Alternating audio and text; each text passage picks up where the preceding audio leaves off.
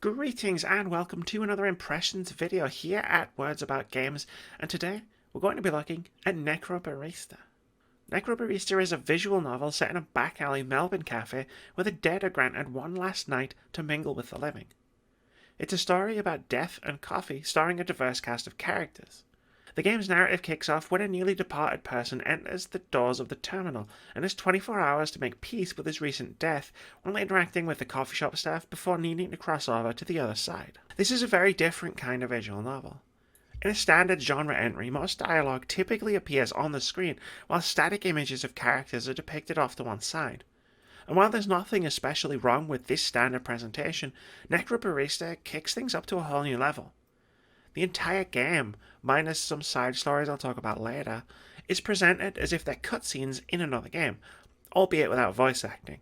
Instead of static images of characters, we get to see the back and forth between them, with the occasional animation, usually used to emphasize something or punctuate a particular line of dialogue or scene. Characters are still mostly static, but rendered in the environment in 3D, rather than presented as 2D artwork with different expressions depending on what's being said. Like I said, it kicks things up another level, which is also thanks to the incredible art style on display. It's way easier to immerse yourself in the game when the game looks like an amazing indie graphic novel has sprung to life in front of you. Characters are able to be more expressive, set pieces are able to be more detailed, and the back and forth between characters is able to also be more expressive. It helps massively that the characters and dialogue are both excellent. You're introduced to the main cast fairly quickly within the first couple of chapters, and I adore every single one of them, from the perpetually annoyed owner of Terminal, Maddie, to the 13-year-old force of nature, Ashley. I quickly fell in love with each and every one of them, thanks to the strength of the writing and characterizations. They ingratiate themselves quickly, and each subsequent scene they appear in just makes me love them more. Each has their own storyline and their unique quirks and personality. But more than just the way they talk and act, it's the way they bounce off each other that makes them truly shine. No matter what combination of characters is on screen at any given moment, the interactions would always undoubtedly lead to a scene that was endearing, emotional, hilarious, and often all three simultaneously. The very deliberate pacing of the dialogue helps a great deal. There's no voice acting to speak of in Necrobarista. Instead, lines of dialogue appear on screen and you click through the characters' lines and actions to progress the scenes.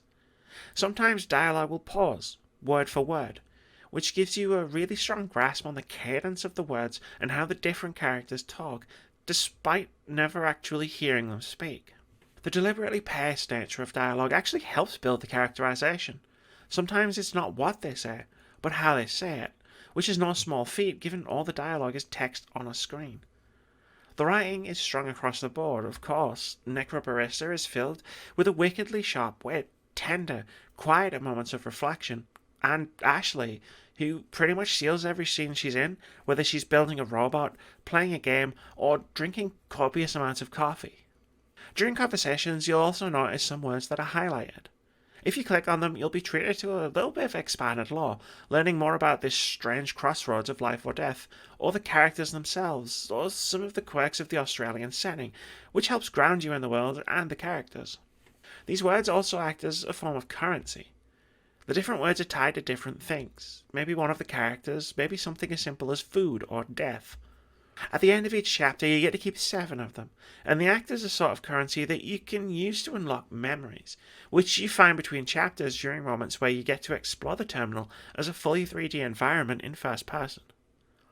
These memories are pure text, serving as short stories that dive deeper into the world, lore, characters, or some other facet of the game. They lack the punch of the main story because of how they're presented, but they're still well written and interesting enough to make a diversion or two each time you find yourself between chapters. But it's the main story that will have your attention more than these short vignettes. Necrobarista is a phenomenal graphic novel. The writing is outstanding, the storylines and characters are memorable and endearing, carrying the game forward with both a fantastic sense of humour and comic timing and quiet reflections on death, life, and everything in between. The presentation, which immediately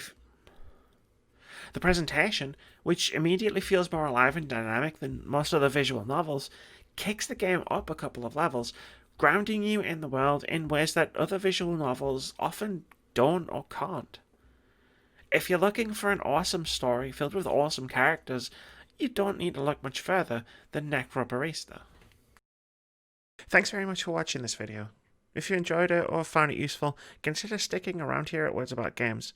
Our content includes review impressions of games big and small, a weekly podcast dedicated to discussing the happenings in and around the games industry, weekly opinion videos, reactions, debate-driven top 5 and top 10 lists, a regular Hall of Fame series where we discuss our favourite games, and indie game spotlights. We also stream every Friday and Saturday at twitch.tv/wordsaboutgames. Most importantly, have a brilliant day.